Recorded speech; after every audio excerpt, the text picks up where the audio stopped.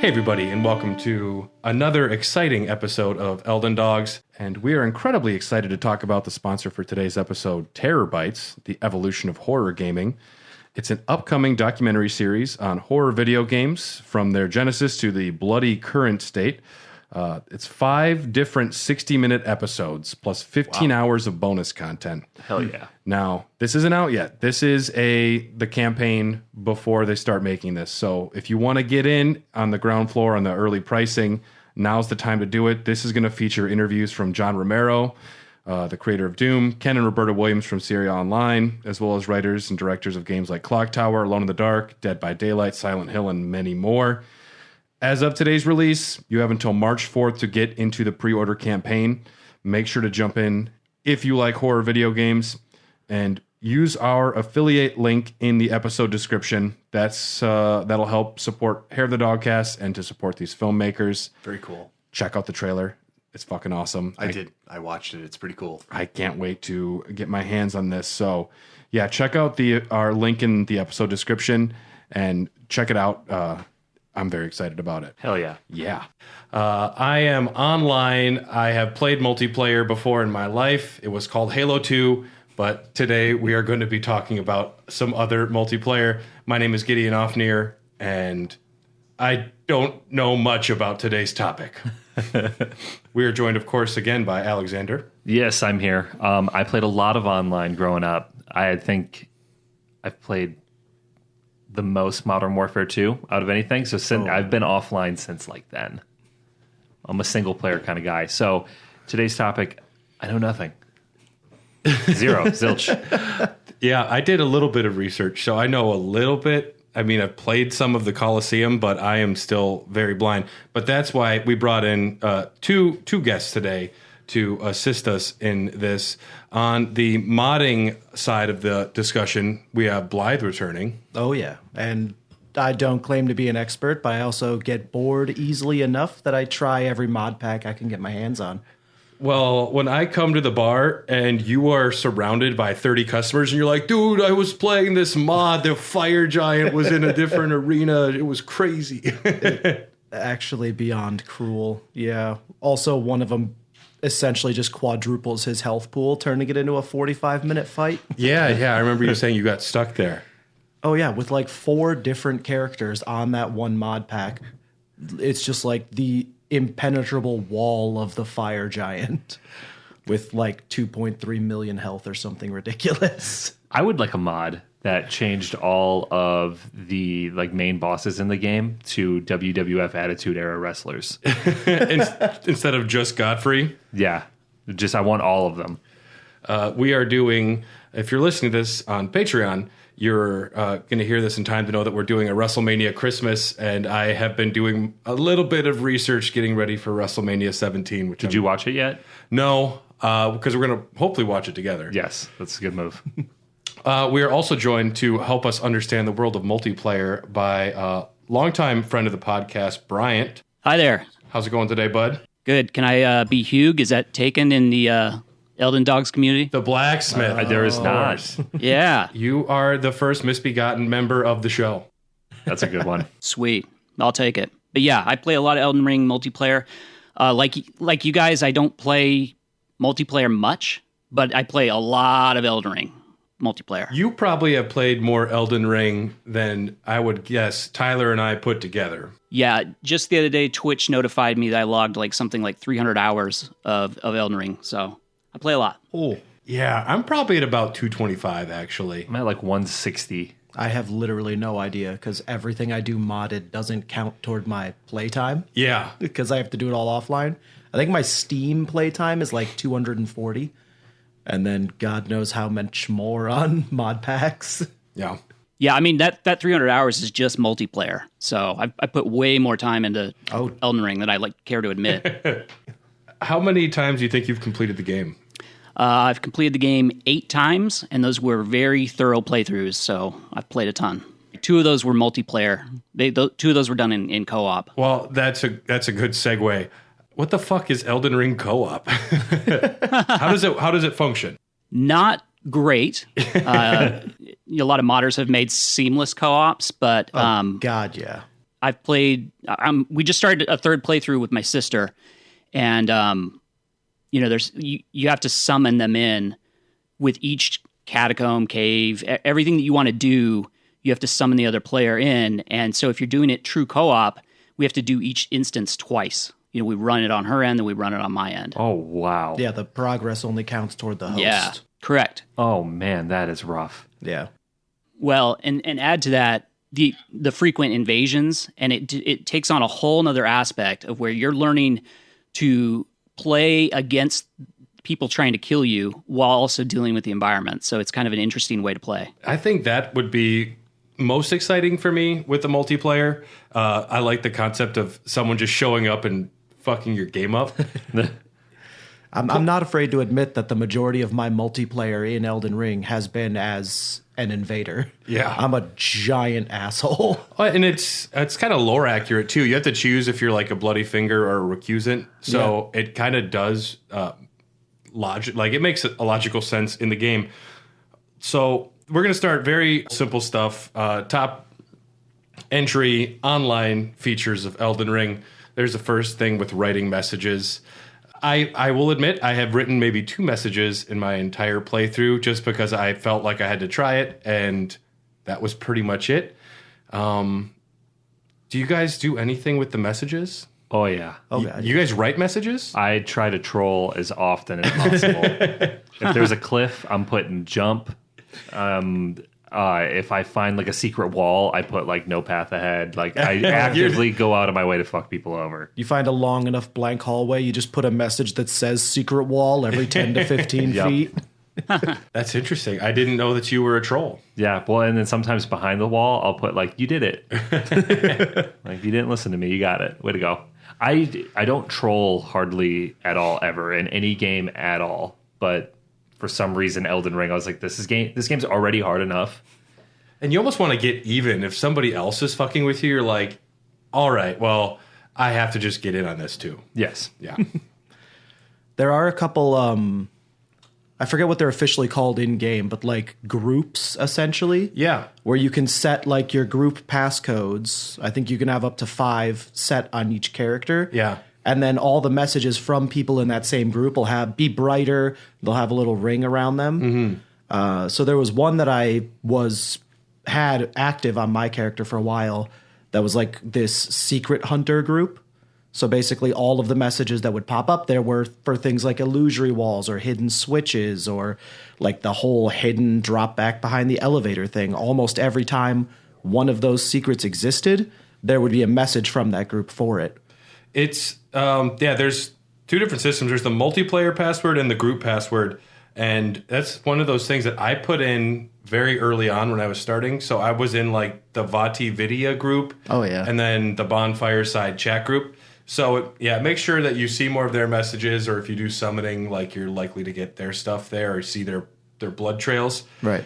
Okay, so if you have the same group password and somebody in your group defeats a major boss, you will get a buff granting extra runes. Oh, yeah. Really? That's actually pretty awesome. Well, and like you said, Brad, if you subscribe to like the big ones like Fextra and that, you'll pretty much get constant rune buff generation, even to this day. You're just constantly getting that buff. Yeah, and something with messages too. If somebody rates your messages good, you receive a flask of Crimson Tears worth of health at no cost. Yeah.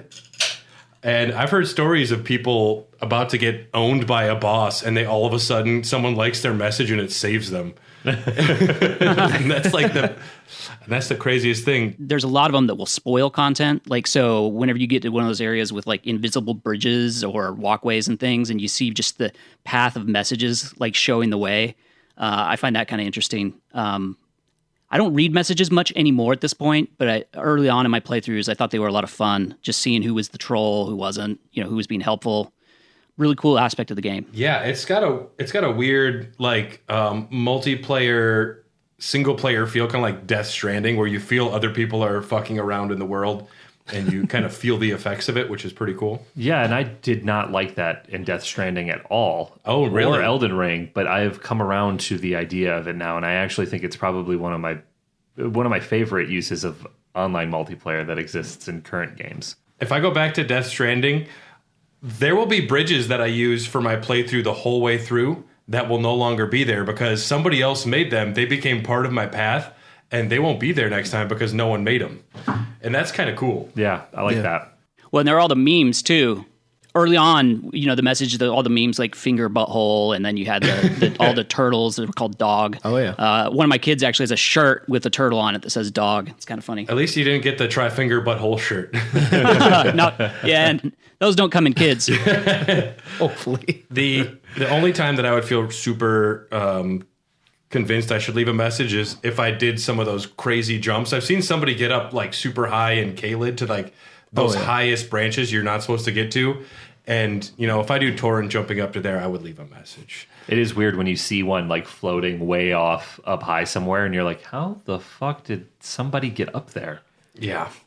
I have seen a lot of people using like the posing system too, because you can leave a ghost of yourself on top of your message doing one of the emotes. So I've seen ones with like similar to the tri-finger butthole. There's the 2 suits of armor in the round table hold where they just do the half T pose and it's just try two-handing. So the multiplayer system, before I looked into it at all, I found it just very obtuse and very confusing. There's like, use a wizened something finger or a furled finger to become a duelist. A counter evasion could occur with the blue cipher ring. And there's just, everything I just said is wrong, but that's me trying to explain what I understood. I'm actually a big fan of the cipher rings in Elden Ring. Me too. I was a big part of that in like Dark Souls 2 and 3, those kind of counter invasion, like protection covenants that you could do. Okay, so that's what a cipher ring does. Yeah, essentially, if you're wearing the white cipher ring, you mark yourself as protected. So if you get invaded, it'll automatically find you a hunter, someone who has the blue cipher ring, to bring into your world to protect you from the invader. It just sounds too much like sphincter ring. Your mind is broken, dude. Which would just be more butthole jokes.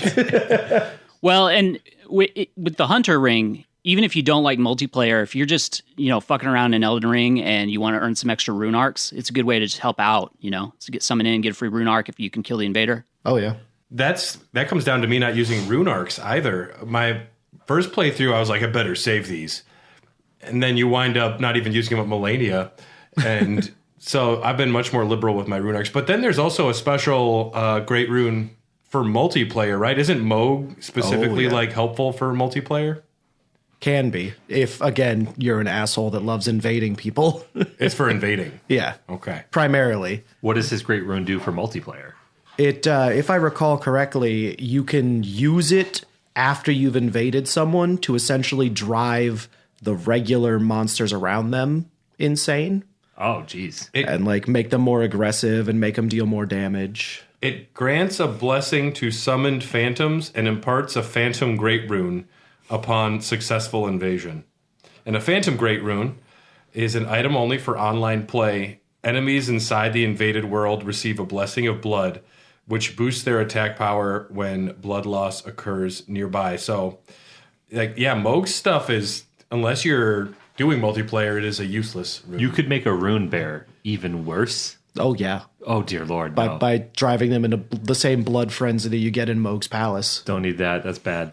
Can I just say, though, like any decent player is going to know about the environmental hazards. So when invasion happens, like when I play with my sister, we're real careful to not let these invaders lure us into the worst spots of the game. Like we know better.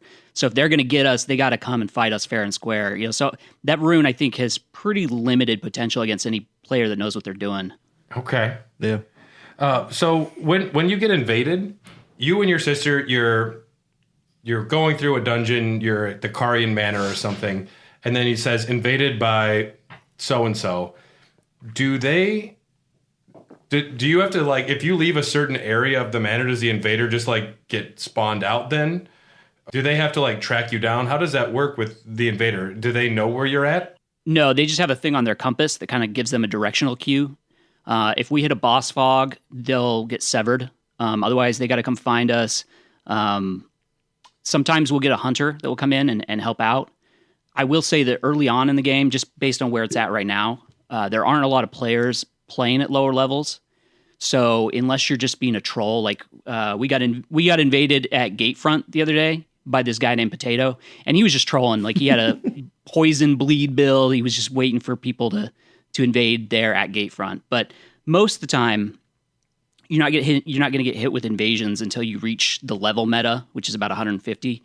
So once you get into like the higher level zones, like Altus, that's when you start getting invaded without fail. Like within the first 5 minutes of playing, it's just going to hit you every single time. So that's when you have to kind of prepare to deal with these guys. You're more likely to get invaded in certain areas than in other areas, but for sure. I'm trying to understand. If it helps, I think what you're driving at, you are region locked when playing multiplayer at all. Region locked in the game or like in the game. Like so if you're if you're inside, say, a catacomb or a dungeon, yeah, you cannot leave that catacomb or dungeon while playing multiplayer. Yeah. Whether it's co-op or if you get invaded, you get locked in. So if you're inside a dungeon and you're being chased by an invader, you can, like he said, hit the boss room. That'll get rid of them, but then you're stuck fighting the boss immediately. Okay. Well, and to clarify from what I said earlier about the level meta, so you can only be invaded by folks that are like 20 to 30 levels above or below you. Yeah. So most of the time, if you're like in the early areas of the game, you're not going to see a lot of invaders because most invaders are higher level than you. And you get locked to within, if I remember correctly, if Elden Ring still used this mechanic from the old Dark Souls games, you get locked into upgrade tiers as well. If your primary equip weapon is +8, you can't be invaded by someone that has a +2. Yeah, I read something about that.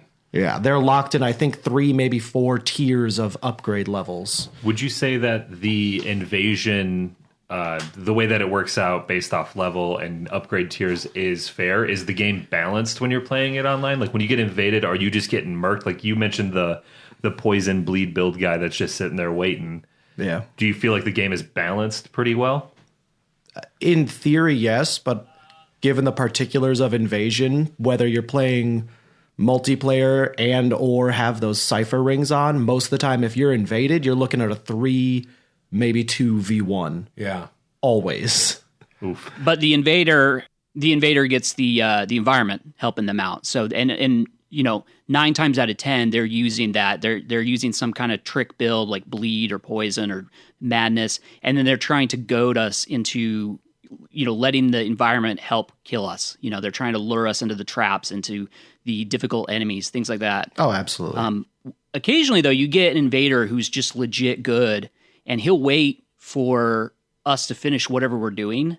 They'll even gesture, and then they make it a fair fight. And most of the time, those are the invaders that end up killing us, not the guys like trying to trick us into traps and things. No, the honorable ones. Yes, they are very good at what they do. I watched this. I was trying to just watch videos about multiplayer and, watch highlights or this or that. And I wound up watching this YouTuber named Radivend. And it was a little too much like edited towards kids. It had like some zany sound effects, but they had like the Stormveil disguise compilation. And he wears like the black feather assassin garb, and he kills one of the birds, and then he goes and stands and does a T-pose up where the bird was, and the invader just keeps walking by because it just looks like a bird up there. Or he'll dress up like a certain enemy and just walk in that same path as the enemy just to fuck with them. And that stuff's great. And that's like where the Mimic's Veil comes into play too, where you can just turn into parts of the environment. Oh, for sure. I use it all the time. Because does that work in single player, the Mimic's Veil, to like hide from enemies? I guess it maybe. Not from enemies, but you can hide from invaders. I don't think it works on enemies. Classic Solid Snake move. You got to have the trick mirrors too if you want to pull off those dress up things. The trick mirrors. Yeah, they're where they kind of obfuscate what character you are. You can wear one that makes you look like you're a co-op player. You can wear one that makes you look like the main player. Yeah. To kind of try and trick invaders into fighting the wrong person. Is that what those do? Yeah, because the invader only has to kill the host to win.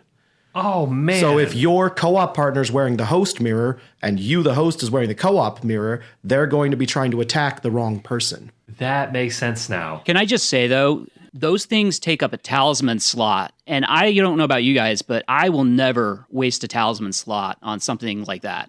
Oh, unless you're doing like those troll videos or like just trying to make content, yeah, it's hilarious at that point. Yeah, no, I need my talisman spots. I'm cheesing and handicapped all the way through this game, forever and always. So let's identify the multiplayer roles, because that's how the strategy guide, when I look through it, that's where it starts, by defining multiplayer roles. So the host of the fingers, it means you're hosting the session by either summoning other players into the world with their summon signs or being invaded by opposing players. You can normally have up to 2 cooperators and 1 invader present, but if you want to use the Taunter's Tongue, you can limit this to a single cooperator and a second invader if you want to be baller. Yeah, for the proper 2v2. Yeah, for fair. Defeating the boss will result in your allies being sent home with a small reward, a rune arc, and a furl calling finger remedy. So that's the host of the fingers. Essentially, you're hosting the game. And you're the hand. They come to your they come to your rule. This is the host finger, and then everyone else comes to your world. The hunter is a counter invasion role. We mentioned the hunters before, wherein you activate the blue cipher ring to enter a standby state, during which you will be automatically summoned when they need you. I like that. Oh, yeah. With standby state, can you still run around and do your stuff and then you're just yoinked into their world? Is that how standby works? Essentially, yeah. Okay. It means you that keep playing. As long as you're in the same region of the map, you can get pulled there. Dungeons, like catacombs, all those things count within map regions. So you have to be in Liurnia to be summoned to somewhere in Liurnia. I love watching a video of, it's like a host and 2 cooperators all dressed up as Albinarics, wearing wielding clubs, and just like they're just waiting, like smacking their clubs, like, come over here. Just like a gang down an alley. It's so funny. One thing about that hunter ring, one thing that's annoying is if you do get yoinked into someone else's world and you had like a summon active or your physic, it's going to, just like you're reinstancing, so it's going to reset that when you come back and you'll be without it. So I've had instances where I'm fighting a boss and I go help be a hunter and invade and all that, and then it yanks me back into the boss and I've just completely lost everything. So Godric is just sitting there confused, twiddling 20 thumbs, waiting for you to come back. Exactly. You do have to be careful to toggle it back off if you're trying to make real progress in your own world, for sure. Yeah, if you're halfway through a boss fight, that's funny that it just drops you back in.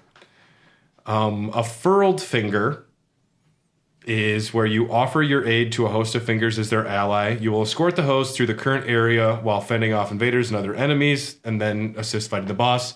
You're there until the boss is done. Help beat the invaders.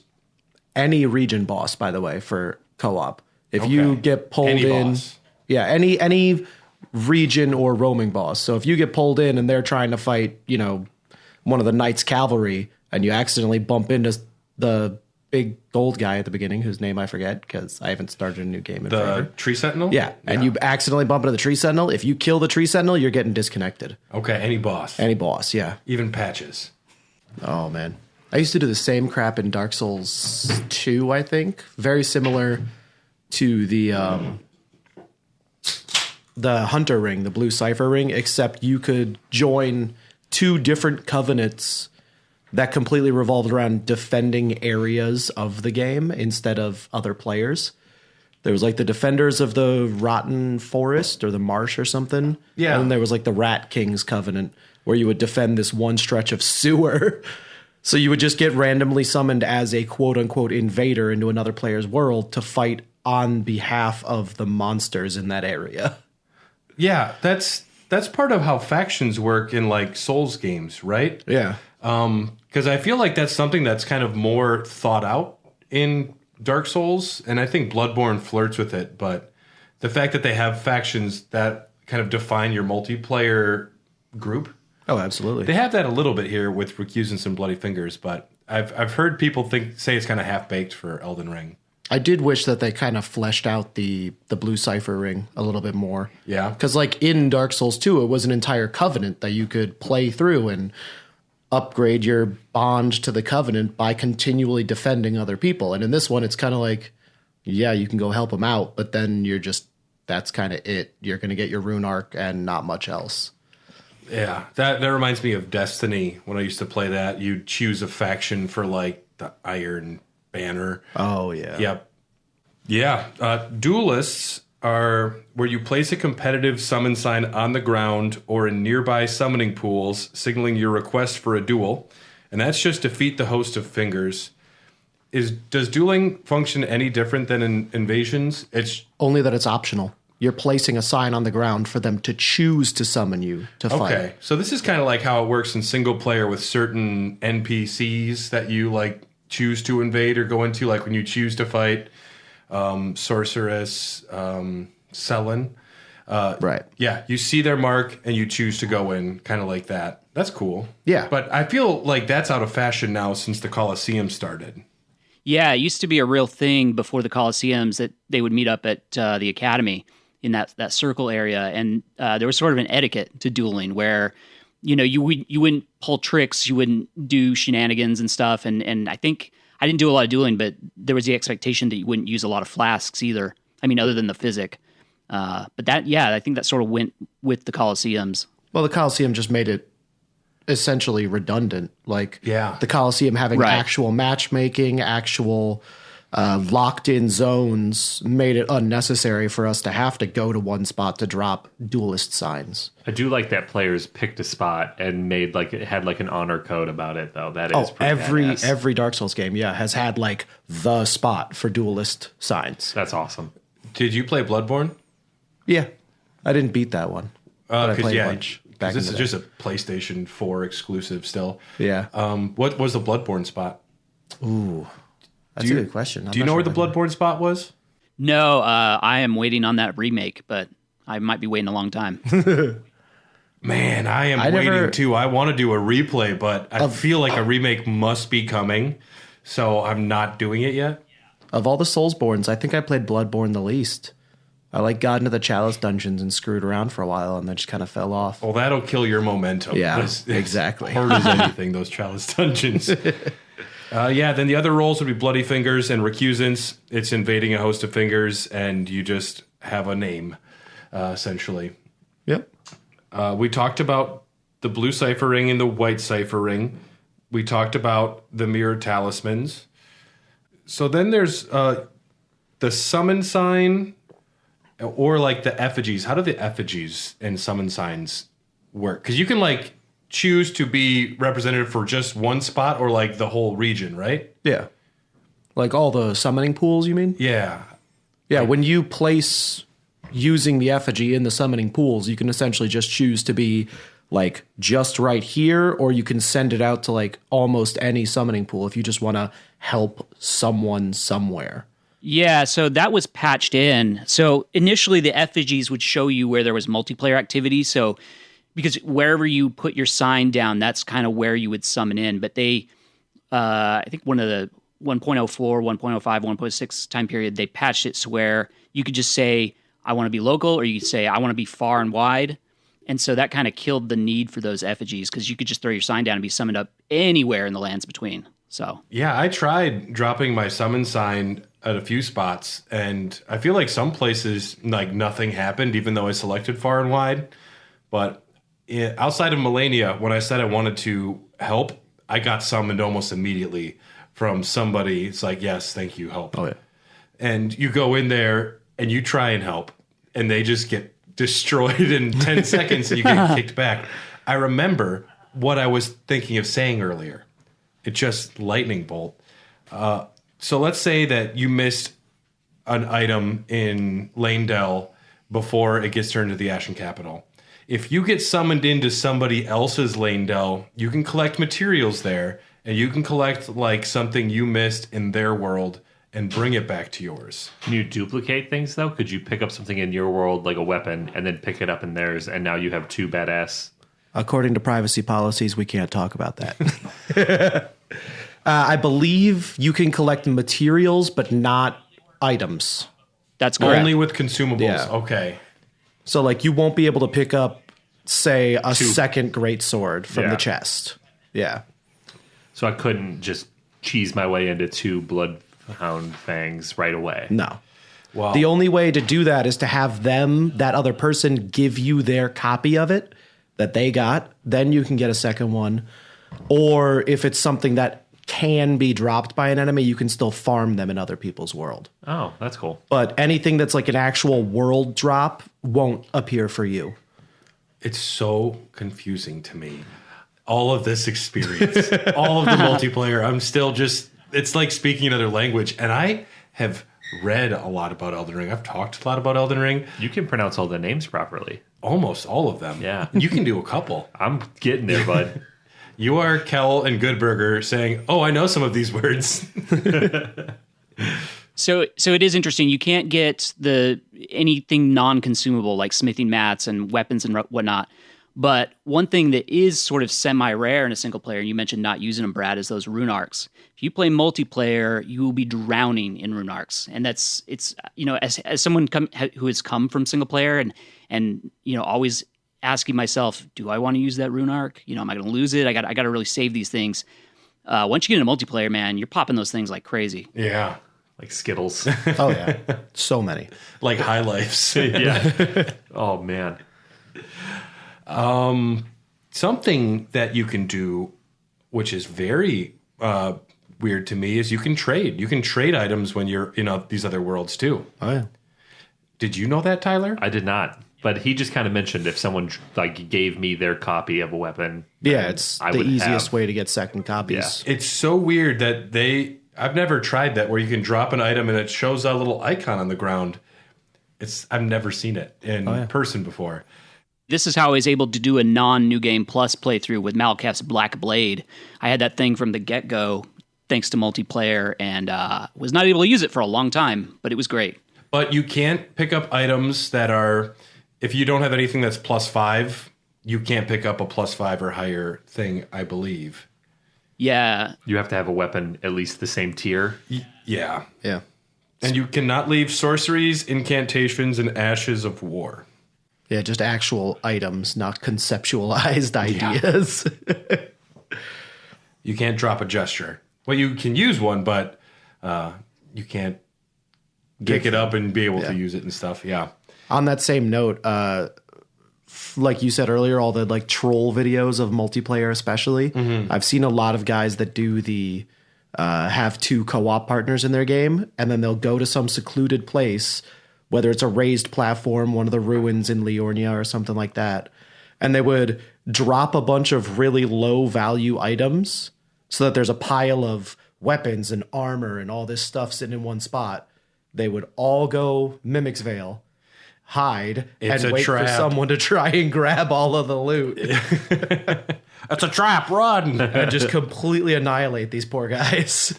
I love that so much.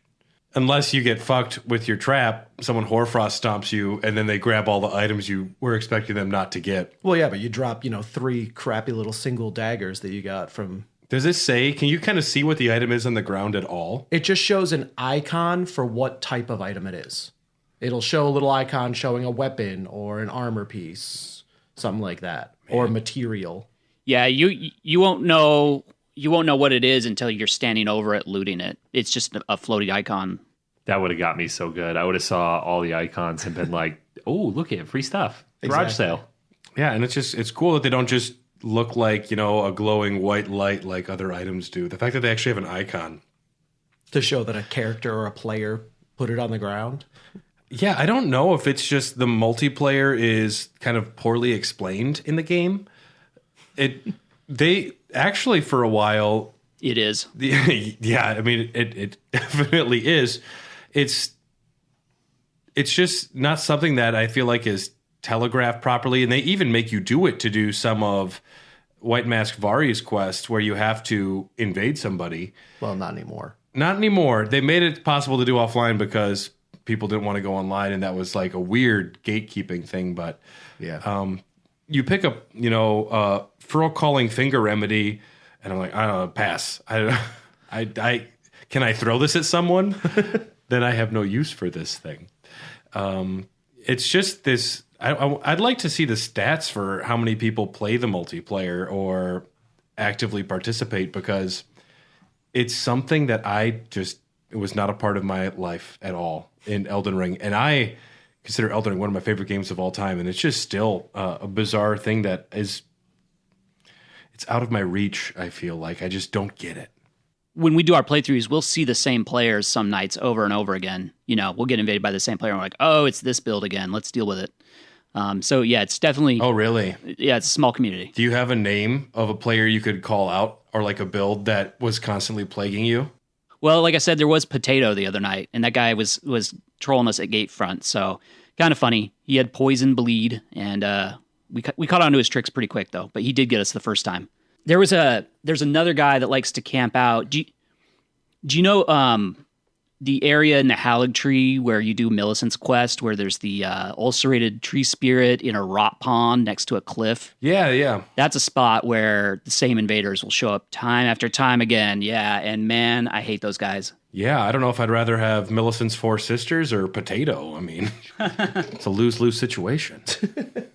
I went through a period where, like, I would just nonstop invade people in the Celia Crystal Tunnel. Yeah? Right after you go through the transporter trap, I'd just be waiting there for them. Just a real dick. Yep. Oh, yeah. Not only is it bad enough you have 10 pests ready to fuck you up. Oh, yeah. Yeah. And I went over there real low level, too, just knowing that they'd get fucked up going through that trap. Yeah. Smoke a cig while you wait. Something that they did to make multiplayer a little more understandable for everybody was Colosseum, a free DLC released December 7th of last year, 2022. And these Colosseums were existing in the world beforehand. Everyone looked at them. They said, wow, that looks like something. And then you have YouTubers going into the maps, like looking at the data, and they're able to take a camera in there and they're like, well, it's finished. There's something to do in here. So it seemed like something was going to happen. And yeah, this opened up the 3 previously inaccessible Colosseums in Limgrave, Caelid, and Lanedell. The DLC also included 5 new hairstyles as well. We must remember the hairstyles. Need that. It's important. Oh, yeah. Because you just got the new hairstyle man bun, actually, Yes. Alexander. Yes. Alexander has a man bun now. I discovered... You ate 3 hipsters and you got one. I ate a couple of hipsters in Farmazula when I was at the Menzingers show and realized that I could do it. No, that was in the Weeping Peninsula. Yes, the Weeping Peninsula. That's where it was. They sold it out. Farmazula, that's like going to New Zealand or something, man. Yeah, no, it was the Weeping Peninsula. They sold out. Castle Morn? Yep, Castle Morn. It was great. That's a big venue. It was. Yeah, big venue. If not for the Civil War. Yeah, poor bastards. Level requirement for Colosseum, you can't go in unless you're level 80, which I was interested to hear that. They're like, oh, fuck off, dude. You don't have the right ID. You can't come in. You must be this tall to ride this ride. Level 79. Fuck. It's like in SpongeBob when he's like, "What'd you have for breakfast?" And he's like, "Nails without any milk." And they're like, "Go right in, go right in." Spittoon today. It's confusing because the first one you find's in Limgrave. Yeah. And, there's no way you're level 80. No. Especially for like new players because, I mean, people that have been playing since the beginning, they're ready. Right. When you run up to it for the first time, don't you get invaded right away? You get invaded by... That's a Volcano Manor quest. Yeah, there's an invasion Old Knight sign Isfin. there for Yes. Isfin, yeah. Yeah. I And felt so bad about that, dude. he's a nice old guy. He helped you fight some demi-humans, Exactly. maybe. Like The first time I fought him for the Volcano Manor, I never went into that cave. So he never even helped me. And I found out on my second playthrough that he helps you there, and I felt like such an asshole. Yeah, you just had to go sucker punch some old guy you never met before. There's him, but there's a dude that invades you there before that. Like when you're first starting out, he's the dude that murders Dialos's maiden. And he invades you. He's got that big mace. Yeah. And then later on, you go back. Yeah, we talked about him on the Bestiary episode, the first one, because if you defeat all of the bosses in the area, he won't spawn in, oddly enough, which is weird. Oh, that's that guy. That's that guy. I think it's Henricus, maybe. Yeah. Once you enter the Colosseums, you can access them in the Round Table Hold. There's just one Statue of America, and you can access all the Colosseum stuff there, which is nice, convenient. Respawning players are accompanied... Okay, so this is if you're in like a multiplayer one where it's... Or not even multiplayer. If you're in like a time limit, whoever gets the like death match, the most kills in a time, Time limit, you respawn with a holy damage area of effect. So if somebody tries to just wait for you to just spawn in, there is some holy damage AoE, and you get some iframes as well, which is nice. I mean, I don't know why I guess I don't do a lot of multiplayer in other things, but spawn campers in Halo was a plague. And if you just spawn in and have invincibility, you know, for like the first minute, that'd be nice. Or 10 seconds. Yeah. Yeah. I was going to say a minute. Yeah. You can do a lot of damage in a minute. I can do a lot of damage. I will die 10 times in a minute, dude. Well, they do that with Red Dead Online. When you spawn in, you have a brief window of time where you're invincible or you can't be harmed because people they like to grief you on there. I mean, that's all that game has devolved into, is just griefing people who are just trying to make a simple batch of moonshine. Well, it is Grand Theft Auto with cowboys, so it makes is sense. true. Following the same, formula. What happened, man? Back in the day, I could play online games all the time and it made sense. I tried to play Grand Theft Auto online and it was just, the tutorials confused me. Nothing worked. And there's kids out there spending $80 on Mega Shark cards to go buy Lamborghinis. And I want to play and I can't. No, I missed the boat on it. It's evolved into a beast that I can't tame. Oh, it's falling apart for like money making garbage. That orbital cannon crap they put in, like, I don't even know, probably 2 years ago now. It costs $2 million in-game dollars to fire a single time, but it's a guaranteed instant kill anywhere on the map. Yeah, dude, Grand Theft Auto 6, when that comes out, that's going to be at $20 a month just to play the game, and people will pay. Oh, I know it. And People have been paying for World of Warcraft for 20 goddamn years. I don't know if my brother still does. Brian, I don't know if you still do, but WoW was a big thing for a lot of my friends for a while. I played a lot of WoW for a long time. Yeah? Oh, yeah. I knew a guy who had the statuette of his character for having 10 uninterrupted years of service. Then they send you a statuette of your primary character. That is bad fucking ass. Yeah, and it only costs what? Do you get to approve of the statuette before? What if you were wearing like a joke outfit for something? Oh, no, they ask you which is your main character. Okay. They ask you which one is your primary character, and then they send you an exact 3D model of that character as a statuette. I love that. Yeah, Respect. Fucking, what is it, like $15 a month? No, yeah, they owe you, actually. They owe you a full-sized statuette with your 10 catchphrases. By 12 months, by 10 years, that's a $2,000 statuette. Didn't From do that with Let Me Solo Her?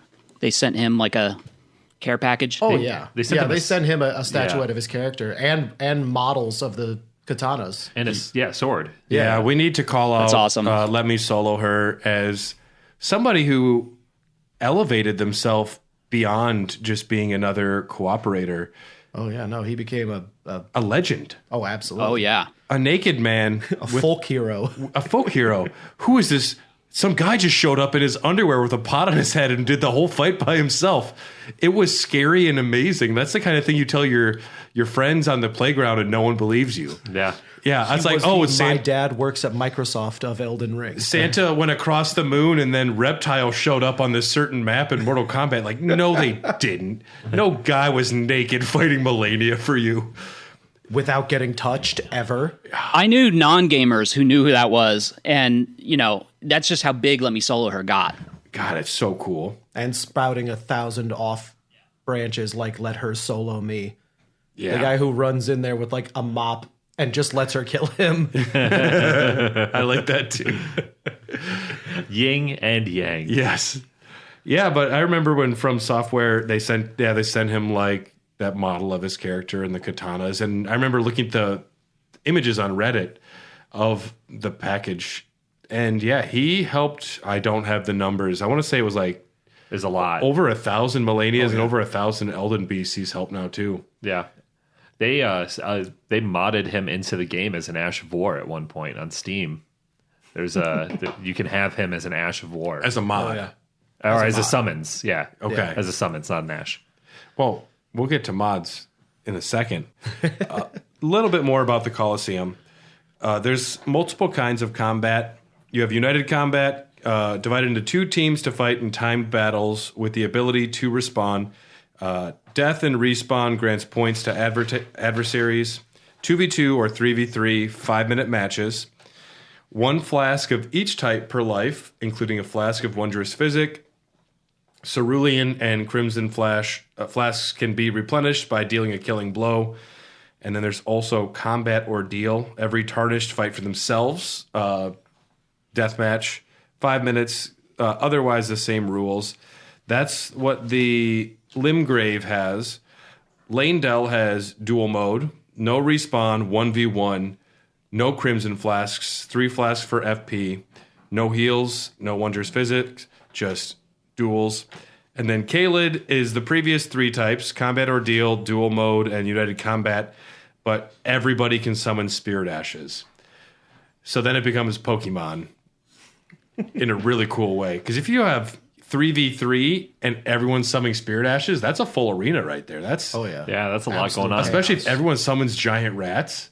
Can you imagine? Or the demi-human mob. It's chaotic. Or the Great Shield Yeah. group, where what, you get 5 of those? Love it. Yeah, I mean it's just madness. Now I've only dabbled in the Coliseum, but I like the trailer that they put out for it. It looks hype. It's such a different beast when you're going up against other players and their builds versus I know everything about this person, this demi-human I fought, 10,000 times. This person shows up wearing all these different armors, has weapons, and they're doing something unpredictable. So I get scared. Alexander, have you done any Coliseum? I fought a couple duels, and I have a losing record. I have, in fact, probably I don't think I've ever beaten anybody in a duel. I'm not very good at it, but I did watch quite a few videos of a guy. I forget his name, but he was really fucking good. And watching people fight each other on YouTube was a lot more fun than just me getting my ass kicked. It's one of those things where you just want to watch the highlights, the most badass, like top 10 plays. Oh, yeah. Yes. It's the hockeyfights.com of Elden Ring. Hockeyfights.com. Oh, yeah. Who needs to watch a whole game? I just want to see the fights. I didn't know that was a thing. Oh, yeah. It's on Reddit now. That's just where Reddit is. It used to be E-Bombs World or something to get that stuff. Oh, my God, E-Bombs World. I forgot all about that. And yeah, you can have rankings in each category. Have Brian, you done a lot of the Coliseum at all? I did it when they patched it in to test out my various builds, and no surprise, the cheese builds that I'd made did really well in the Coliseum. Kind of the builds that I do to challenge myself did not do so well. I've read that they now patch multiplayer differently, so they've been tweaking it a bit, but I haven't played it recently because I've been focused mostly on the co-op stuff. It's fun, but I don't do a lot of it anymore. Yeah, they started doing that where they would have patches come in and certain weapons would function differently in multiplayer versus single player, which makes sense. I mean, Tarnished have much different strengths and weaknesses than the balanced world you created over 7 years, 6 years. Yeah, that's true. Exactly. Yeah, that's mostly of what I had down for the multiplayer aspect. Does anyone have anything else that they want to throw in to discuss the multiplayer experience? Just that it can make the game incredibly easy. If you're talking just PvE side of things, having 2 really good builds with really good weapons. So when I did my first co-op playthrough, my sister was learning the ropes, so it took us about 5 months to complete. This most recent one we completed, we had legendary armaments, we knew how to deal with the invaders, and we got it down to like a 2-month playthrough, and that was completing every catacomb, cave, tunnel, just all the content. So it can make the game Twice. really easy. Worlds easier if you've got a competent co-op partner, especially bosses. It makes that health bump negligible. Yeah, because I mean, as good as the Mimic tier is and as good as Tish is, they're never going to be as smart as a human. And so having a human using a really cool weapon and knowing the movesets can just make the game trivial. Oh, and then you're talking about specializations too. The last playthrough I did on Seamless Co-op was borderline unfair. My partner was using super overcharged magic build. So they put everything into that. They had basically no health. Everything in the game could kill them in one hit. And I built my character into an impenetrable fortress vampire tank Yeah, man. where I was gaining health on every hit, and I had so much stamina I could poke with my little sword over my shield forever. Yeah. Plus the fingerprint shield with like a 96% guard boost. I could block best every shield. attack in the game. Literally every attack in the game I could block through. And seamless co-op is you don't have to load each instance in like Yeah, in the catacomb. You can just run around the world together. The seamless co-op mod is, I consider, one of the best mods ever made for this game, especially if you're interested, I mean, obviously, in playing with someone. Yeah. Because the vanilla co-op is so frustrating. You're region locked, so you can't travel between areas without disconnecting. If either of you die, they disconnect. If you beat any boss anywhere, you disconnect. You're talking about, 5 to 10 minutes of trying to resummon every time you attempt anything. Mm-hmm. Whereas with seamless co-op, region walls are removed, disconnect on death is removed, disconnect on victory is removed, and when you die, instead of having to go through that loop of disconnecting and reconnecting, it essentially respawns you back at the most recent site of grace. Is that if both of you die? It's just you keep going back to that site of grace. If either of you die. Yeah. Both of you go back.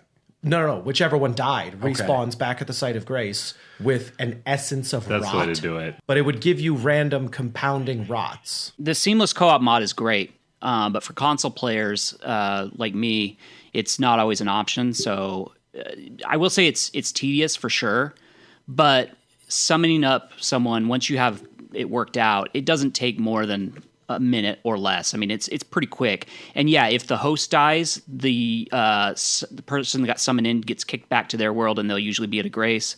If the person who gets summoned in dies, they just go back to their world, and then that person who did the summoning, the host, they're kind of stuck in that instance. And if they get invaded, well, too bad. You can get up to 2 hunters to help you, but that's no guarantee. And we've had instances where, like, I'll use the finger severer because we're done doing whatever content we're doing. And then like my sister will get invaded and she's just stuck like that. So the seamless co-op mod is definitely cool. I just wish it were an option for consoles. Yeah, if it was, I think that'd be something that I would be doing all the time. If there was just a button that says play co-op with Tyler, and then Tyler's there and we wave at each other, and then you can run across the whole map. And I didn't have to use 3 esoterically named finger items. Plus, yeah, you open yourself to invasions with regular co-op. Yeah, you mentioned running across the map. That's interesting because in co-op, and this hasn't been mentioned, is you can't use torrent. So it makes certain bosses and things a challenge. Yeah, forgot so about that. like in our co-op playthroughs, for instance, we typically don't do dragons in co-op just because not having torrent for a dragon fight is like just torture. Yeah. So yeah, I wish if they were to patch that they would add the ability to ride torrent. I kind of know why they don't because of the invaders and whatnot, but Yeah, that goes down to a lot of single player stuff too. Like if you were to summon Alexander into the fire giant, you're losing torrent for that battle. right. Which as much as I love Alexander, I think I'd rather have torrent. Yeah. Yeah, Sorry, dude. I'd take torrent too. You're not as cool as a horse to me. It's a really fucking cool horse. It's like a phantom demon horse that Yeah. was possibly Godfrey's horse. We don't know lore-wise. I think that's what I settled on. But we mentioned mods, and that seems like a really great segue. Mods are something that people do with video games outside of consoles, but you do a lot of mods, don't you? Yeah, I get bored very easily, even with amazing games. So I just want to try different ways of playing them. What was your first modding experience with Elden Ring? Like, what was you? Oh, the first one I ever did was the seamless co-op. Yeah. Solely because I was trying to play through the whole game with my partner at the time, and we were just very frustrated with all of the annoying disconnects and the amount of time that you had to put into just being in the same instance was very frustrating to us, especially because at the time my partner was not very good at the game. Heck, man, we I've were been there. doing that reconnect every 4 minutes, Yeah. especially on a tough boss. Like, it's Elden Ring. It's still a Just put it on FromSoft Padawan game. mode, You're still, story mode. especially later bosses, doing 10 to 15 attempts for some of those bosses, and adding that compounding time of reconnecting every battle just got really annoying. Yeah. So seamless co-op was your first one. Oh yeah. I don't want to sound like a total like loser. Do you go to a website? Is there a guy in an alleyway with a trench coat that says, "Yo, I got the Convergence mod"? Most of these are all hosted on Nexus Mods. It's a website for uploading and downloading mod packs. It's like I like like the- Napster. I like the idea more that you're like buying them in a shady alley, like you would buy a Brain Dance in Cyberpunk. Well, that's the funny thing about it is, like, I'm not buying any of them. Almost all these mods are listed for free. But are you ever worried that you might get something on a mod that would hurt your computer, or is that something that is screened, or you look at reviews? That's another reason to use this website Nexus, because they screen everything that gets uploaded. Okay, is there like the Bach is naked mod? Is that something that's on there too? Promise you, whatever you're thinking, the mod exists. I did find 2 really cool mods. Sorry. They have Thomas The tank engine. The tank engine replaces the horse for the tree sentinel guy at the beginning. Well, that's great. That's what you mod for, I think. Yep. And then the other one that I liked was they replaced the fire prelate. No, I'm not going to tell you. Yeah, you all know what I mean. With Shrek, With Shrek. Yeah, of course. with the ogre. Yeah, that's great. That's what I like about mods. Like I remember I got into the modding community a little bit with Skyrim when they opened up mods for the consoles. Yeah. And I was always jealous of the computer guys because you had like Macho Man Randy Savage was all the dragons, and it was like a dragon Macho Man. I was like, that's so fucking cool. Or just Charizard. Like you're just fighting Charizard instead of all the dragons. I think that's hilarious. Well, and modders are like insane. They mod in like Sekiro bosses. They're able to like take things from other games. And I guess I don't know how it works, but they bend the code like Neo in the Matrix, and they put things that don't belong in Elden Ring and Zuli the Witch did that with Armored Core 6 and put a bunch of those things into the lands between. That was crazy. One of my favorite videos to watch, it's just from Elden Ring fights. And they'll have videos which is like the Caelid boss tournament, and they'll have all the bosses in Caelid fight one-on-one in like a tournament to see who comes out on top.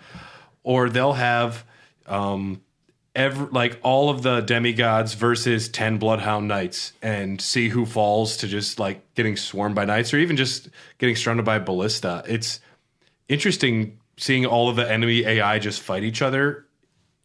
It's like a dogfighting ring in a more humane way because it's just Godric and no one cares. They all have stats and they all function the same way in the game. It's no different than watching sports. You're just watching a matchup that you enjoy. Like I used to watch Civilization playthroughs where somebody would fill up the map with a bunch of AIs and then just let it run. And then the streamer would like commentate on what's happening in the world. Oh, yeah. But you would just be watching the computer play the game. And there's something about that is just a lot of fun. If you like, it's no different than watching a football game for me. Oh, for sure. I was that teenage kid that was doing the max level AIs on Super Smash Bros. In a tournament. Yeah. Just to see which character's moveset could win out.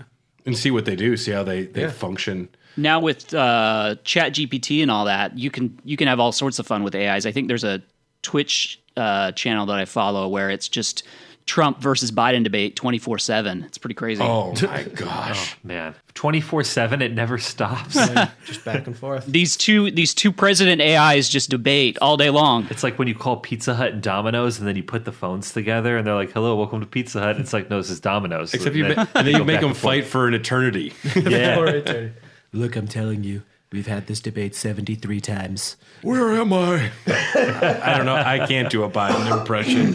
I cannot. Hello, America. Some other mods that you have used a lot. What else have you been using, Miles? Besides the seamless co-op, the first one that I tried was the Evolved mod. Okay. Literally just called Elden Ring Evolved. And that was the one that I was telling you about forever ago. That's basically just one giant fuck you. being implemented into the game, but also made it a lot more complex and interesting for me. You know, right up until the fire giant. But all of the bosses would be where you expect them, just more difficult versions. This was not a randomizer mod. This was a enhancement mod. Yeah. Essentially, every armor piece, every armor set had some form of stat boosting ascribed to it. Some other hidden effect that it wouldn't necessarily tell you about, but you had to discover. Okay. For instance, the completely blanking the Black Knight set. What was it? The one that you get from the creepy assassin dudes. The knights, the Nazgul. That looking one. That works. Had a hidden Why am I passive blanking on their names right now? where if you were wearing the full set and you crouched, your character turned completely invisible. I like You that. had the effect of the invisibility spell. Yeah, that's the Black Knife Assassin armor. Yeah. the Black Knife Assassin. I was thinking of the dudes. No, yeah. So if you were wearing that full set in the evolved mod, Yeah. which normally in the main game, if I remember, like mutes all footstep sounds. Yeah. It would actually fully make your character completely invisible while crouching if you were wearing the full set. Every weapon would have a random elemental effect assigned to it. Everything down to like a regular dagger would have fire damage added.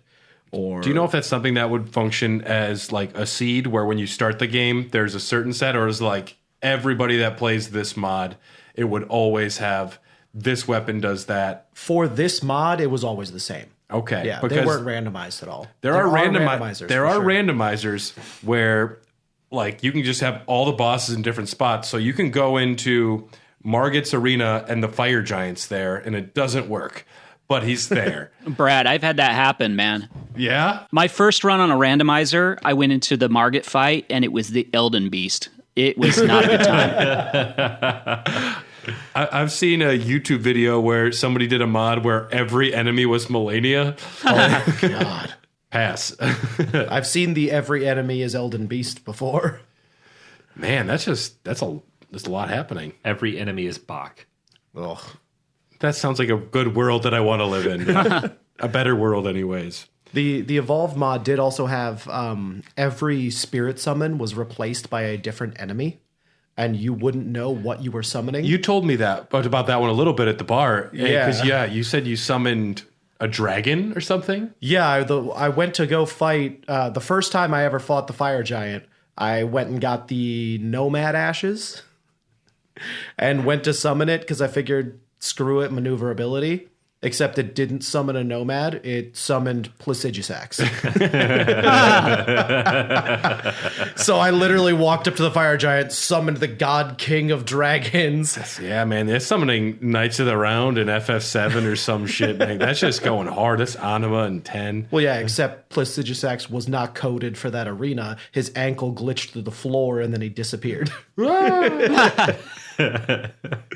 So, Brian, you do a lot of modding as well? Not a ton. I do love to play around in that randomizer mod, though, because it will kind of force you to adapt, and you get to try out some weapons that you otherwise wouldn't try. So I dabble in that quite a bit. I forget the term, and I'm on another podcast about speedrunning, and if they're listening, they're going to think that I'm a total hack. Because there's also, I've seen this at Games Done Quick, where people will be playing Legend of Zelda, A Link to the Past, and Super Metroid, and you can go between the games, and certain items for the other game will be like, you'll get certain missiles for Samus in Hyrule, and then you take that into the other one, and you go between the games. It's a randomizer between both games. We can find both items in the different games, which is just wild. That sounds interesting. Yeah, I love randomizers, and I love games that bake them in, like Bloodstained.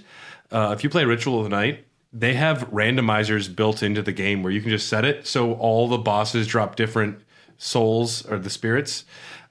So cool. Hey, Alexander, can you reach inside of your jar belly and grab me a High Life? Oh, thank you. You got it, bud. I was going to ask if you wanted one of these. I'll take one of those I'm gonna instead. keep Yeah, here you crushing go. these until they're gone. So if you want one, get one. I'm drinking a Bee Nectar Strawberry Cream Delight mead with natural strawberry and vanilla flavors. Bee nectar actually slaps super hard. They make my favorite hybrids. Don't drink a ton of mead. I should, though. I am drinking the champagne of beers established in 1903. It's a Miller High Life. The last time I had a friend come into my bar and order it as a champagne of beers, I made him drink it out of a flute. I love it. I wouldn't argue. No. I'd be fine. I'm classy. Now, I was interested because you also mentioned the other day that you got Convergence, which is supposed to be the mod to end all mods for Elden Ring. To an extent. It's like one of the most substantial ones. What does that for do? Sure. Convergence is... And I've only played a certain amount of it. I picked up a couple more about a week and a half ago to check them out. But Convergence is a massive overhaul of the entire game. There are 25, I think, different character classes to choose from. Each of those character classes, you start in the same church at the beginning.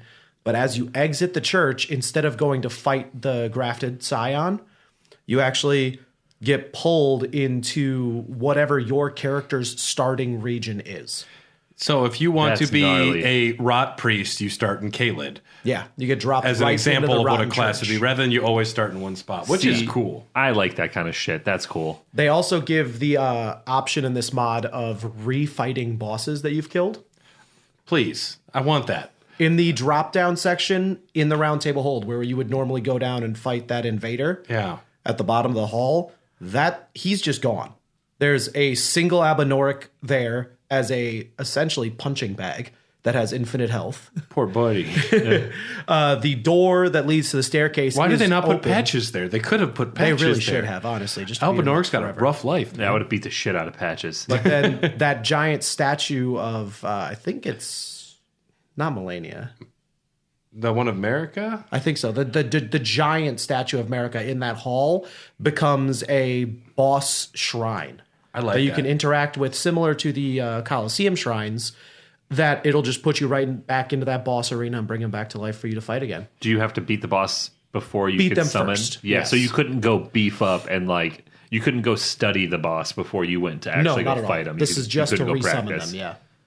That's pretty gnarly. It has class-based progression. Each class has its own unique progression path through the lanes between. It says you'll find more spells related to your kind of. class. Something like that. It says where you can go to find other spells related to your Right. class. It basically, whatever class you start as, that starting area will have two, maybe three things for you to pick up, little notes. Yeah. One of them will give you the location of armor sets for your character. Yeah.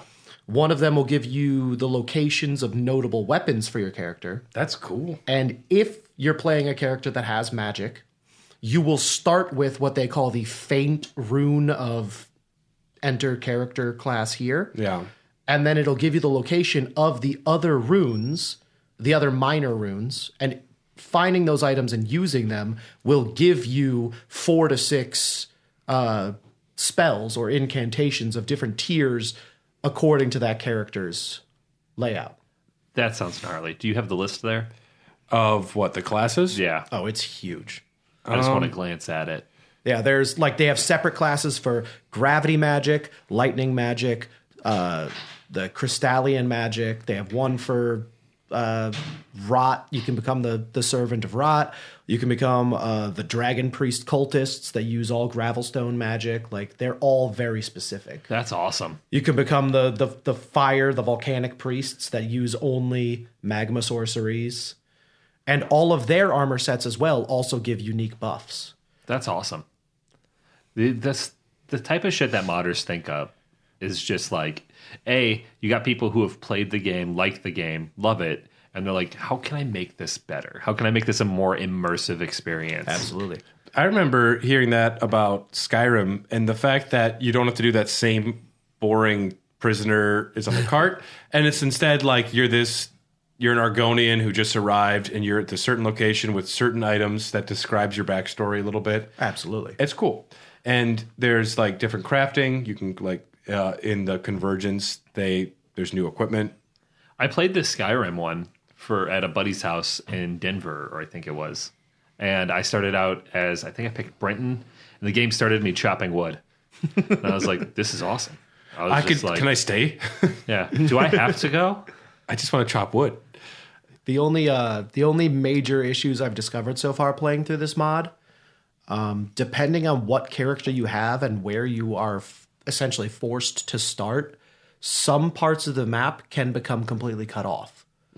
Because this mod tries to discourage region jumping, or like the cheesy sequence breaking that we breaking all use sometimes. Yeah. There's a giant wall blocking the broken bridge between Limgrave and Liornia. So you can't go around Stormvale at all. However, That's okay. Well, and I've seen too where this Convergence mod, it will start you in Altus, and like, can you get back down from Altus? Like if you start the game there? well, that's what I'm saying. I was essentially locked in. With that character that I started, the rogue, I cannot access Limgrave, Caelid in any way. Because you can't go backwards into Stormvale. The door remains locked. I can't go back up the bridge. Can you go through underground and reemerge in the forest in Limgrave? Possibly. I haven't found a route yet because all those skips are blocked off. Man, you'd have to go. You have to go down through the sewers in Lanedell, Possibly. and you have to go back through the Schiefer River and the cities. Maybe. Yeah. Maybe. Because the throne room door is not open until you beat Godric, but if you're dropped on the wrong other side, yeah. you can't even get back in and through. fight him. No. You can't get through there. I've tried that. The underground one, you can't get through there? Well, the underground one behind Stormvale, it does not actually lead you into the Godric arena. It stops short. Yeah, because you drop down. Damn. Yeah. So essentially, you're forced to just continue progression from wherever you start in the linear sense of the game. You just have to keep going forward. What are some of the wildest mods you've seen for Elden Ring? Is there anything that jumps out when I ask that question? I mean, the Evolved has multiple quote-unquote difficulty modes, for sure. There's one that they literally just called Hell Mode. Okay. Every enemy has 3 times as much health, deals twice as much damage. This game is not tough enough. It needs to definitely be Every projectile, whether it's arrows or spells, travels at double speed, fires 3 projectiles, and has increased tracking. So they essentially become homing beacons. Yeah. Meaning nothing's ever going to every- miss you from sprinting. You have to dodge it perfectly. Everything is an ancestral follower's arrow. Exactly. Except the ancestral follower's arrows now move also twice my as fast God, and those- fire 3 and home in on you. Those giant fucking lobsters shoot faster, further, and more. You can't even and deal dodge it. twice as much damage. That's just no Yeah. fun. It's horrifying. Yeah. That's stop what I was that. saying before. Why the fire giant is such a huge wall in that mod, because he essentially becomes a one-hit kill machine with 2 million goddamn health. I love it. And I mean, And it completely reworks all of the elemental effects as well. So bleed no longer does as much damage. Scarlet Rot does half as much damage. whatever worked and you liked using doesn't work. Whatever way you could think, like, 2 million's not that much health. No, you can't. This mod is made for people who are like, I like my coffee black, but this isn't black enough. And then they grab like motor oil and they're like, there we go. That's what the This doctor mod is ordered. made for people who drink Turkish coffee like it's cold brew. Yes, that's what the doctor That's a really ordered. good way to put it. Miles, does it make Madness or Deathblight viable against the PvE? Not even kind of. Madness still only affects the Tarnished themselves. Deathblight essentially becomes what Bleed used to be, where it does a decent chunk, but it can only proc once or twice. Oh, okay. Yeah, but they still, like, the whole Madness only affecting human scale Tarnished still applies. The Deathblight barely affecting most enemies in the game still applies. Yeah.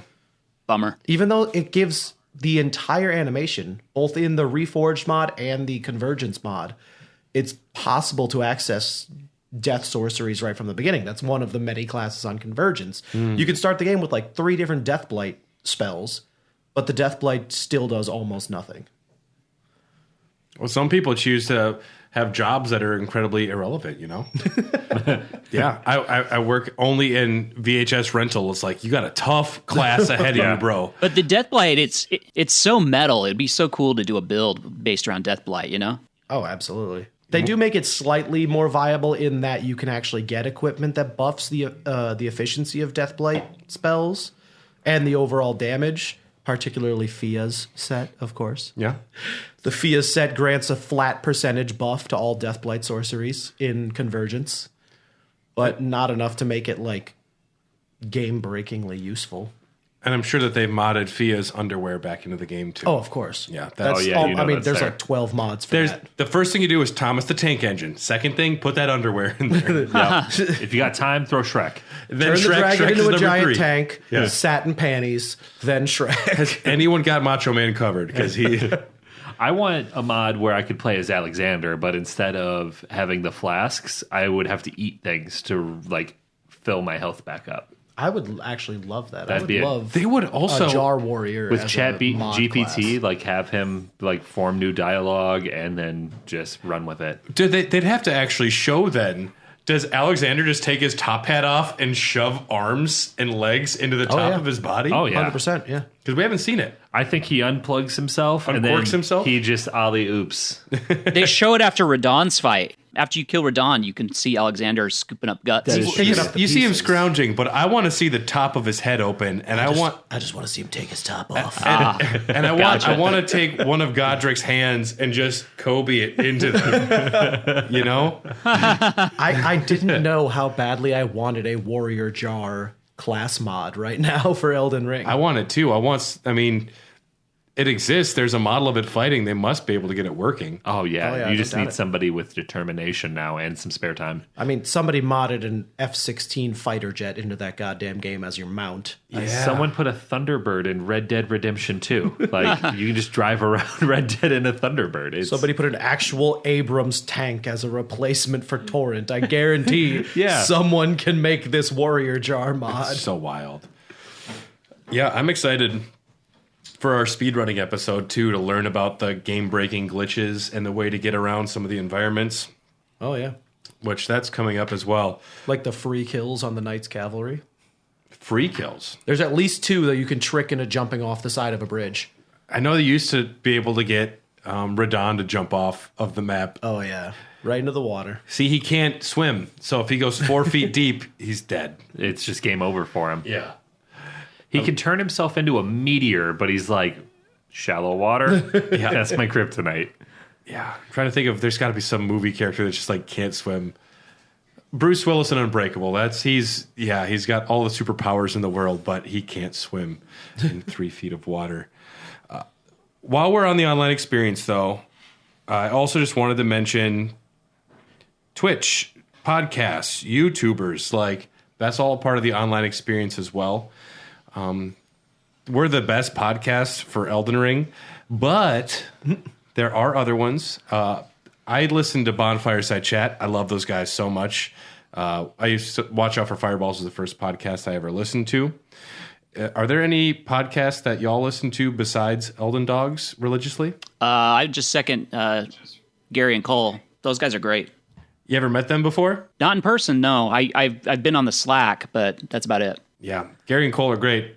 I've listened to the McElroy brothers talk about Elden Ring, but it wasn't on their podcast. It was just YouTube. I know. I was going to say I don't podcast much, but I watch a lot of really dumb Elden Ring YouTube. Yeah. Yeah, what dumb Elden Ring YouTube do you like to watch? One of my favorites, both for modded content and speedrunning content, is called Lil Aggie. He's the #1 Twitch streamer. I Yeah. looked it up today. He's really entertaining, and he does a lot of really great like modded speedrun playthroughs. He does a lot of those like randomized bingo playthroughs. Okay, explain bingo playthroughs to those that don't know. It's cool. I like them. It's a really great. Essentially, they all load into a randomizer at the same time with a fixed seed. So they're all playing in the same world state. So they don't know what the randomizer is, but everyone's got the same randomizer. Right. Yeah. And then they get a bingo card full of random tasks that they have to achieve. Beat 6 remembrance bosses, defeat this specific character, collect X amount of smithing stone 10s, get the ancient somber dragon stone. Like all these random achievements that they can do in the game. And then they're all racing at the same time in the same world state to get bingo before anyone else. And then they find out what the randomizer is, and they're like, oh, shit. Well, and Yeah. it becomes like a routing thing too, where you can see like, all right, what's my best option? Do I want to do defeat the 3 demi-human queens and get the 3 ancient dragon smithing stones, or is it better to go down to Weeping Peninsula and do this? But you also don't know where a lot of things are, Right. so you can see what somebody else has done, so you know, like, oh, that's where that is. Mental note. Yeah, those races are really fun, and they're super entertaining. They're really wild. You don't know what's going to come. Do you have a YouTuber you'd like to call out, Bryant? Well, a lot of them were mentioned on the Discord, like Smoketown for lore. One that I really like is Nizar GG for his builds, because he does not only interesting builds, but they're always like thematic. Like he did a Pyramid Head build from Silent Hill 2. Oh, that's gnarly. The Great Hood. Butcher knife and the big helmet. Yeah. And it looked exactly like it. It was dope. So he's fun to watch. He's mostly doing other content now, but he's got a lot of build videos that I are worth love checking out. looking at the different builds on Reddit. Like someone's like, I made Danny DeVito in Elden Ring. I'm like, this is what this is for. This is why I come to Reddit. I watched a guy beat the game as Sonic the Hedgehog. Oh yeah, And everyone felt weird about Wolverine build. Yep. it. Yeah, I love those build videos. I'm sure you were going to mention him, but Vati. Yeah, they're great. Oh, hell yeah. Vati's probably my favorite Elden Ring content creator. My favorite there. for lore. Absolutely. Yeah, his videos are so cinematic. His Prepare to Cry videos are so cinematic. They're amazing. Yeah, they're like little short films. Like, Well, it's different too for Elden Ring. I feel like his game just jumped up like 10 times because I used to watch his Bloodborne stuff and they're great. But for Elden Ring, you'll see one that's like an hour and a half describing the ancestral lore, and they'll have custom art, custom music. Right. I'm like, what the? You were just making a feature-length film right now. Oh, absolutely. yeah, he got like Hans Zimmer in on it, and it's just like he's really putting some production value behind it nowadays. Voiced by Leo DiCaprio Yeah. as Bach. as Bach. That's the secret. I think Vadi is sort of crowdsourced some of the stuff that he's not good at, and gotten some really talented creators in on his content, and it's fantastic. Next level. We mentioned Zuli the Witch before. Zuli is the best bite-sized content, I find. If you want a 3-minute video where Zuli just says, you know what's weird about the stone golems?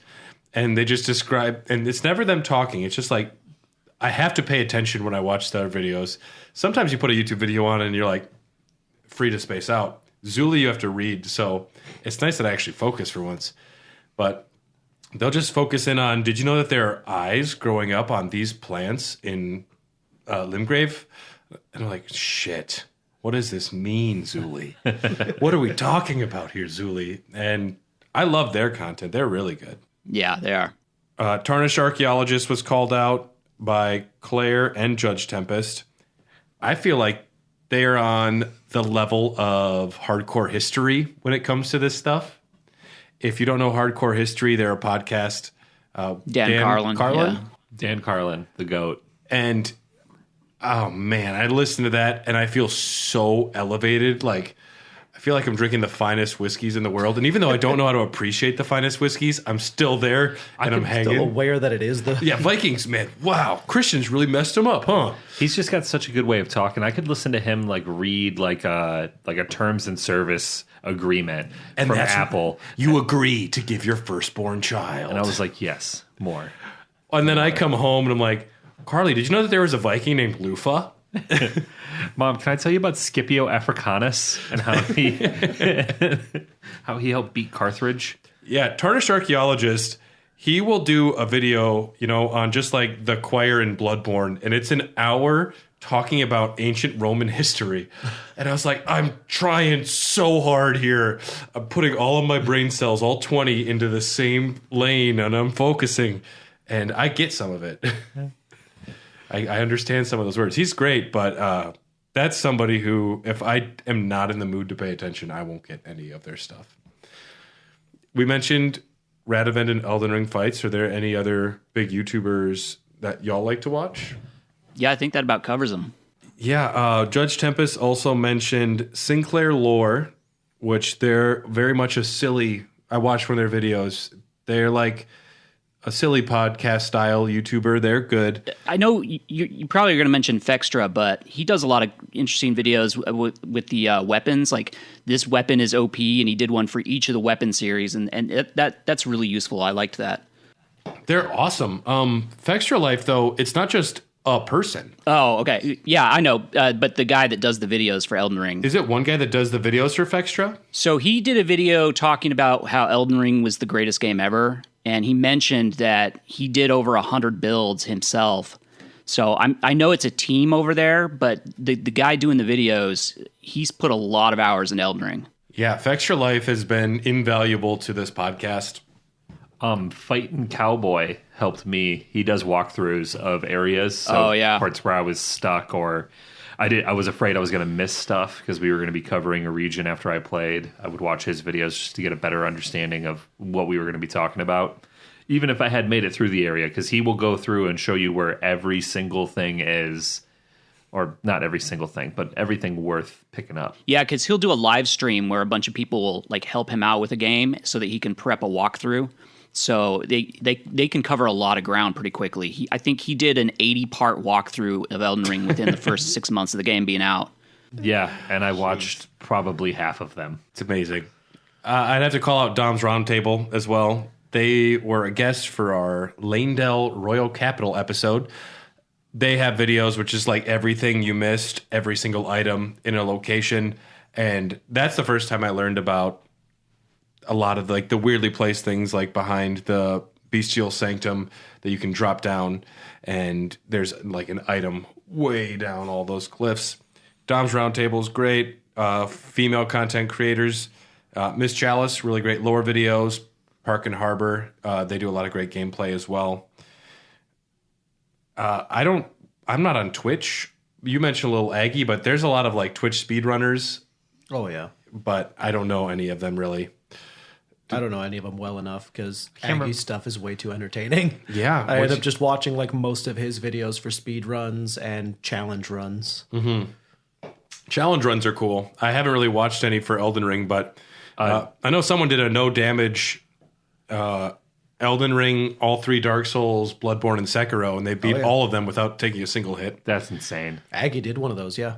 Was it Aggie? Yeah, he did one of them. He called it a developer run, where he beat all of the games all the way through without taking a single hit. One of the really great YouTubers that covers Elden Ring is Iron Pineapple, and he's done a lot of cool challenge runs. Like he did one where he was completely over encumbered the entire time and just had to crawl through the game. I mean, that's hilarious. That's masochistic. And I'm not talking fat rolling. Like he was full on overburdened to where he couldn't even dodge. Like it was crazy. Cannot roll, cannot jump.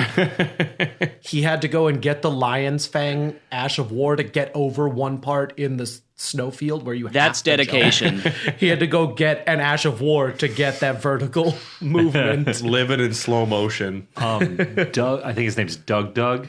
He's a streamer. He did a play. I don't know if it was a full playthrough, but he played for a while where whenever he died, he had to drop the weapon that he was using. I like that. So then when he respawned, he had to go find another weapon. So he would try to bank weapons. Right. In order to like, otherwise, you know, you're stuck fist fighting like Margot at one point. I've seen Little Aggie do a couple of the randomizer playthroughs where you have to use whatever you pick up. So he'd be right about to fight a big boss with a +7 somber weapon and then pick up a dagger and have to use that. Then I wouldn't pick up anymore. I'd just be like, that's it. Yep. I got what I wanted. I got the Blood Veil, whatever it is. Moon Veil. I got the Moon Veil katana. The Blood Veil. You're just pulling back old build nicknames. I'm just grabbing random adjectives and nouns and throwing them together. That's how they make That's just games, Let right? Me Solo Her. That's the Blood Veil right there. The Rivers of Blood Veil. I read Rivers of Blood Veil. Is that the sequel to Riverdale? It's a way more exciting sequel to Riverdale. He almost got a spit take out of me. I don't have a lot else to say about the online experience. It's been great interacting on the subreddits. I mean, I don't do a lot of posting, but I love jumping onto the Elden Ring subreddit. I love interacting on our Discord with the community. And there's a little bit of the real world experience as well, where when the game came out, I was talking with strangers about the game nonstop, which was fun as fuck. But Now, did you guys have anything else you wanted to add about the online experience for Elden Ring? I'm going to try it one of these days. Probably give it a shot. No, you won't. The seamless co-op is something that if I had the capability of actually doing it, that intrigues me a lot. Your And dog would eat your computer. He would. Or the Convergence, that's the one with the multiple classes. Yeah. That sounds really interesting. I just wish they would come to consoles because I can't afford a PC. It blows my mind that more developers aren't doing native mod support, especially for like consoles. Like it was so popular with Skyrim when they finally brought over like anything at all. Yeah, I mean, if they brought that randomizer mod to consoles, I would play Elden Ring non-stop. Oh, you're telling me. Or like a boss arena. If they just were able to patch in a boss rush mode where you could just like fight all the bosses and just set up whatever weapons or use any characters you wanted, I'd love that. Well, it's just a question of taking cues from your community at this point. Basically, everybody who's ever tried it prefers seamless co-op to vanilla co-op. Right. And Miyazaki's just taking a hit Years of a later, blunt and yeah. he's like, nope. Not a chance. Just they know. Give him a message. Give him 25 words. It's going to be fucking awesome, dude. We got a DLC coming out. They'll forget all about it. Right. It is worth mentioning, I forgot to say earlier, the Convergence mod is the only one I've played so far that actually modifies the map as well. Rather than just being a question of like different item sets, adding a ton of items and spells and things, there are regions of the map that are physically different. That's insane. Whether it's just adding bosses or walls to block off shortcuts, there's entire sections that they build new ruins or new fortresses in. That's absolutely wild. Or entirely new teleporters that take you to different regions of the map. Well, I guess a lot of those fortresses already feel like that they were made by somebody just cloning, copy and pasting different aspects of the rooms. So I guess it makes sense. But yeah, just completely different areas where I'm walking along, and it had been long enough that since I'd done a fresh playthrough, that I started the Convergence mod as the follower of Rot. Spawn in Caelid, go down to the Caelid waypoint ruins, and I'm like, wait, that wasn't a castle before, right? Yeah. I don't think there was a fort there in the middle of the road. And then it's just an entirely new micro-sized legacy dungeon that you just kind of have to figure out. Love it. Tyler, do you have anything else you want to add? No, I think that I'm just about tapped out in a subject that I don't know anything about. I know a lot more now. How about you, Bryant?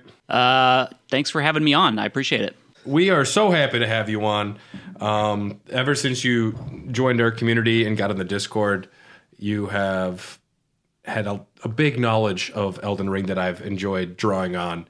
And when I have a question, I have somebody that'll answer it. And I appreciate that. So Yeah, happy to. thank you for joining us, joining the Elden Dogs. Love this game. Yeah, it's been great. Miles, do you have do you want people to find you? Do you have anything you want to plug? Any social medias is what I should say. Not like, really. do you want to put out your home address? Yes, let's go. No, I don't know. Come to Whale. We're doing the Elf pop-up starting on Friday. If you're in Milwaukee, it's going to be dope. It's about all I got to plug these Fuck days. yeah. I also want to check out the Pufferfish pop-up as well. Yeah. Pufferfish, our sister bar, is the first bar in Milwaukee to get the Sippin' Santa pop-up, which is essentially the tiki-style offshoot of the Miracle on 2nd Street that's been coming here for years at Tin Widow. So they just started up last week. I got to try some of the cocktails. They're really, really great, except for the ones that are way too holiday spiced. Yeah, you could have like one. Yeah, it's One just of kind of a those. staple of the genre. You take tiki, which is already very fruity and sweet, and you add Christmas, which is very spiced and sweet, and then you just got a clusterfuck. But Eggnog overall, and rum. Just eggnog and rum. oh no, I'm making that tomorrow. Yeah, that's all I need. Oh, I'm doing. We do a scratch eggnog at Whale for all of December, and it's amazing. I might have to stop in and get that then. I'll be whipping that meringue for 47 minutes tomorrow afternoon. Well, we're here at the Dogcast. You can find Tyler at Oat Brewing. Ask for Tyler and then stalk him. Don't do that. Or don't do that. In fact, you can find him wherever fine jars are sold. Hair the Dogcast exists because of people like you. Thanks for listening. If you have questions or thoughts about this episode, we're on Instagram, we are on Twitter, we're on Threads, Blue Sky, Facebook, and we will respond. If you message us, we would be happy to talk with you. hairthedogcast@gmail.com. And if you want access to these episodes well in advance, you can check out our Patreon, which is patreon.com/hairthedogcast. This episode is going to have been out for probably at least 3 months, maybe before it reaches the main feed. And that's pretty fucking cool. We're going to already be done with the DLC laughing, speedrunning the bosses, and you have just heard it for the first time. And you could have been cool and checked out patreon.com/hairthedogcast. Special thanks to executive producers Rykard Kristinik, Malekith the Blackblade, Blackguard Big Brian Ward, Jordan Hoslow Sorceress of Blood, Festering Fingerprint Phil Wright, Primeval Sorcerer Philium Birkin, Knights Cavalry Cole Del Gardno, and Bell-Bearing Hunter Bryant Ross. Thank you for supporting us on Patreon at the executive producer level. Hair the Dogcast is a proud member of the Tokyo Beat Podcast Network. Check out all those other amazing shows. And if we missed any of your favorite content creators, please let us know. If we missed any mods that are worth talking about, we would love to talk about them in another episode at some point. So reach out to us. Thanks again, Tyler, for your continued love of Elden Ring. Oh, absolutely. And if anybody makes that Alexander mod, I want credit on that. You now know where to find me. You got to give him credit. Thanks again, Miles. Thanks again, Bryant.